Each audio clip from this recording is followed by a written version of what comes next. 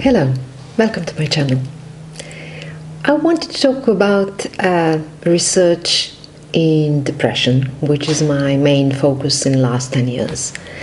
So, aside of scientific finding, what we know and what we don't know about depression, because we still don't know what is exactly the cause, genetic predisposition included, I would like to offer something which is maybe more personal to people who are interested in that, aside from possible therapies, interpretation of neuroscientific research, neuroimaging research, etc.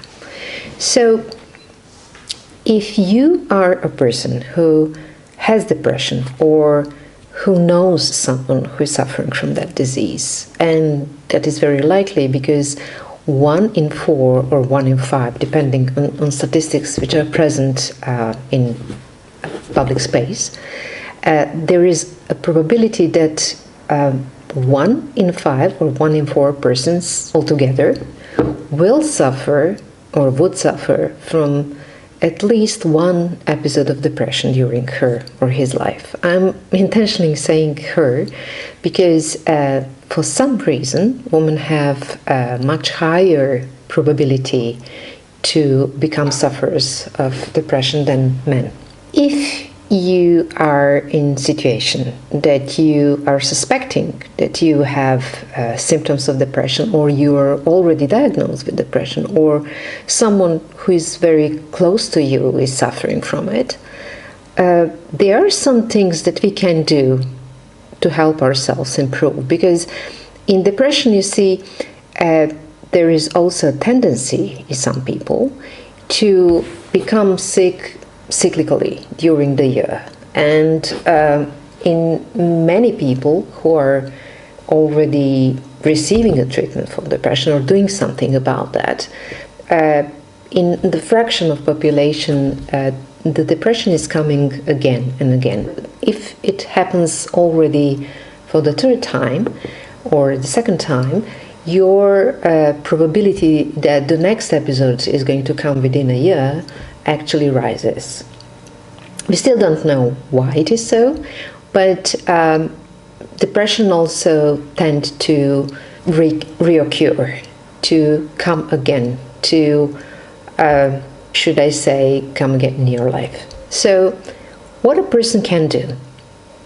First of all, I think there are some things that you can do for yourself or a member of a family or a close friend besides what is done by medical professionals. So, first of all, if you know that you're approaching someone who is depressive or having problems with depression, don't take that lightly. Because I heard all kind of hurting comments of people who simply don't understand what depression is. So, instead of giving your unsolicited advice, maybe it's better just to listen. If that person wants at all to talk about that problem, then the most precious thing that you can offer as a family member or a friend or even a close friend is just to be present, to listen, if the person wants to talk. For example, if I would be meeting someone who has depression or who is recovering from depression, I wouldn't say anything about the disease. I would try to be with them, to spend time with them, to just chat if they are feeling like chatting or having a tea, coffee. Maybe even to be quiet, to walk if they want to go out. And it's very important for them to move. And just support them in a very quiet and understanding way. This is very important. Comment says, get over it, you just have to cheer up, and it are not only without any purpose, they're hurtful. Because would you say the same if your friend broke leg? Just collect yourself. This is only in your head. Why you are saying that for depression? Because depression is also very real.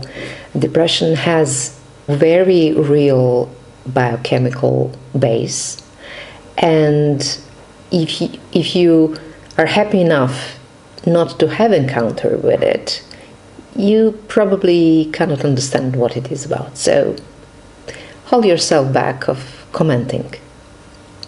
Second thing, if a person who is depressed actually asks you what you think or what is your advice, it is always good that whatever disease you're having problems with, that you increase your understanding of the phenomena. Because, for example, it is very useful when you read how other people recovered, what they used, but not under the pressure of some family member, but to simply try to understand what is going on with you. Maybe you would recognize that some solution might lead you to feel better.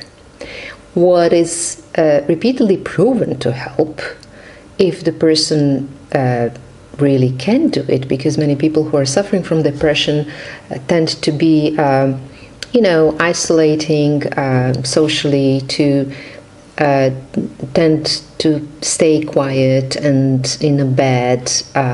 But if it is possible for them to move a little bit, at least, it can be helpful. For example, going for a walk, even in a rainy day, it gives you a completely visceral feeling of the nature, and it can help. And any kind of exercises help. For example, I repeatedly heard therapists talking about their patients and saying that those patients who are not coming back actually manage to make a habit of exercising every day, because it doesn't have to be more than 10 minutes, top 20. It doesn't have to be something really physically challenging.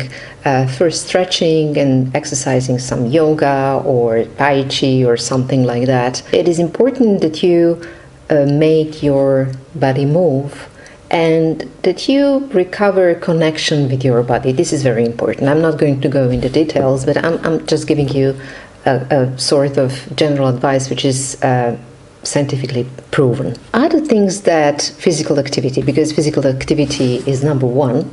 Stop giving unsolicited advice if somebody don't ask you.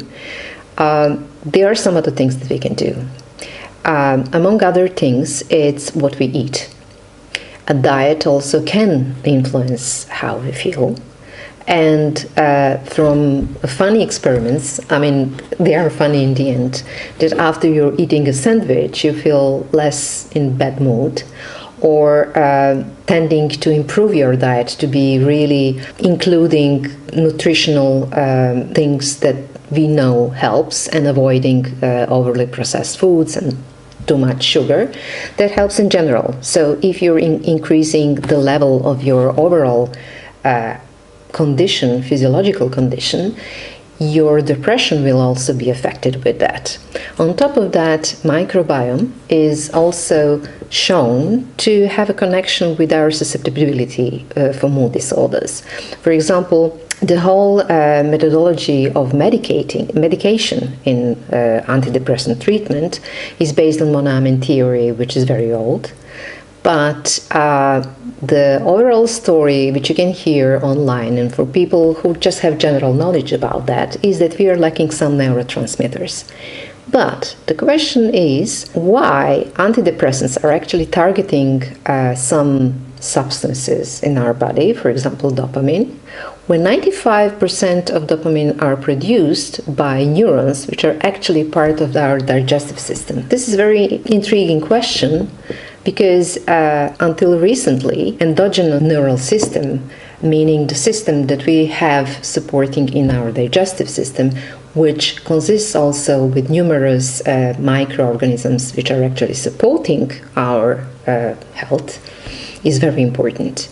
For example, if somebody had adverse effect in childhood, for example, when you were very little, you have a very strong infection or urgent situation that you had to have some very aggressive medication or antibiotics, think this way. Maybe if your parents didn't know that it is destroying or actually damaging your microbiome. They didn't know that you need some additional nutrients, in a sense, which are favoring microbiome. For example, today when you're having antibiotics, your doctor will probably tell you that you should have to take probiotics, meaning that those antibiotics that you are taking are killing all the microorganisms which are in your body, among them those nasty ones. But after you recover, you should take care of those which you actually need, that your digestion would be proper and then that your physiology would properly function. I think about that, about taking some probiotics in your food or some yogurt or some products that are on that side. So what else you can do? Since people who are suffering of depression have really problems in disengaging of negative emotional content, I would advise avoiding, for example, movies which are having very aggressive, very violent scenes, something which will worsen your mood. Maybe you don't have to watch anything at all. Why don't you read something which is nourishing, something which interests you if you can read? Then I also tend to avoid music and anything which is a content which offers so melodramatic themes, aggression, drama, and things like that, because you're fragile. If you're already struggling with negative emotional content, further infecting with those negative things will just make it harder for you to recover. So think about that you limit the intake of things like movies with aggression, violence, which are really having some suspense, even a sad music, and any kind of content which can in general damage your health. So I would call that also digital diet. Think about your conversations and people who are present in your life. Some of them are negative, right? So if they don't have an understanding for your state, that you're fragile and that you need understanding and that you need a break from everything which puts you on that place, then you should protect yourself. And you should keep around you people who do understand, who are supporting you, and who are understanding about the whole issue. Another thing to remember, as many people who have encountered with depression are mentioning, is that one point, because your brain is running to find a solution for something which is going on with you, you should remember that the depression is illness. An episode of depression is the state of that illness or phase of that illness, which is finite. Let's remember that when we have a flu or when we have cold or something like that, it is really annoying and nasty that you have a high temperature, that you have to lay down, you cannot work properly, you cannot think properly, you're not even hungry, and yeah, you need a break. But somewhere in the back of your head, you know that it's going to last probably a week or two, and after that you will recover. Knowing that is actually helping you to accept the situation and say, okay, now I'm knocked down and next 10 days I'm not going to plan anything. I just need to recover. You should apply that to depression too. Because, okay, episodes can last. It is really annoying, but it will end. Maybe you should tell your family and your friends to remind you on that. Because having in mind that even the place where you are now and the feelings that nothing is working for you, this is just something which is not real. Yes, you have your thoughts, you feel that way, but if you're in a better phase during the day, and if people who are close to you can help you remind yourself that it is finite, it is going to end at some point of time. And then you will feel better. You will try to recover. You can do a lot of things for yourself. So, to summarize, what I said is not therapeutic advice, because I'm not a psychiatrist, I'm not a psychologist, I'm just a neuroscientist who is dealing with depression. But by reading tons of literature, both scientific and so-called popular, and what psychiatrists are saying, especially those ones who have really long experience, those things might help. It can help you, and if you know someone who is a patient who is depressed, or you yourself have problems with this, those things can improve your feeling, and it can help you to actually survive those low moments which are characteristic for this disease. I hope it will help, and I wish you all the best. Thank you for listening.